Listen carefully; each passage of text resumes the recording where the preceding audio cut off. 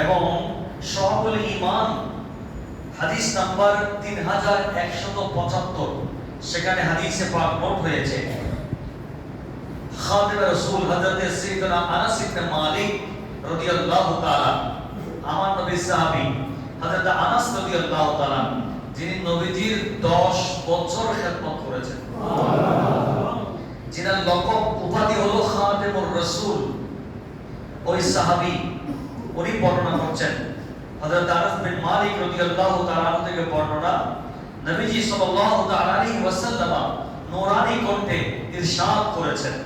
আল্লাহর প্যারা নবী নবুয়তের নূরানী কণ্ঠে কি ইরশাদ করেছেন?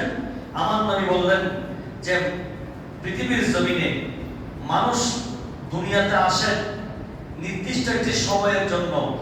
কুল্লু নাফসিন যায়িকাতুল মাউত, প্রত্যেককেই মৃত্যুর স্বাদ গ্রহণ করে কবরের পানি জমাতে হবে। কথা বলেন ঠিক কিনা?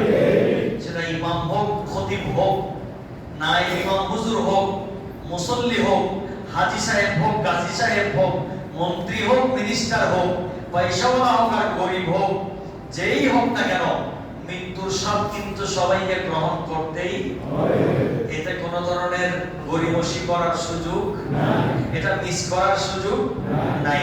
এখন আসেন হযরত আনাস বিন মালিক রাদিয়াল্লাহু তাআলা আনহু থেকে বর্ণনা, আল্লাহর প্রিয় নবী নবুয়তের নূরানী কণ্ঠে ইরশাদ করছেন 7 প্রকারের নেক আমল আছে। কয় প্রকার? 7 প্রকারের নেক আমল আছে, যে নেক আমলগুলো দুনিয়াতে করে গেলে এটার সওয়াব আল্লাহ কিয়ামত পর্যন্ত কবরের মধ্যে জারি করে রাখবেন। আমরা এমনিতে নরমালি যখন ইন্তেকাল করব, ইন্তেকাল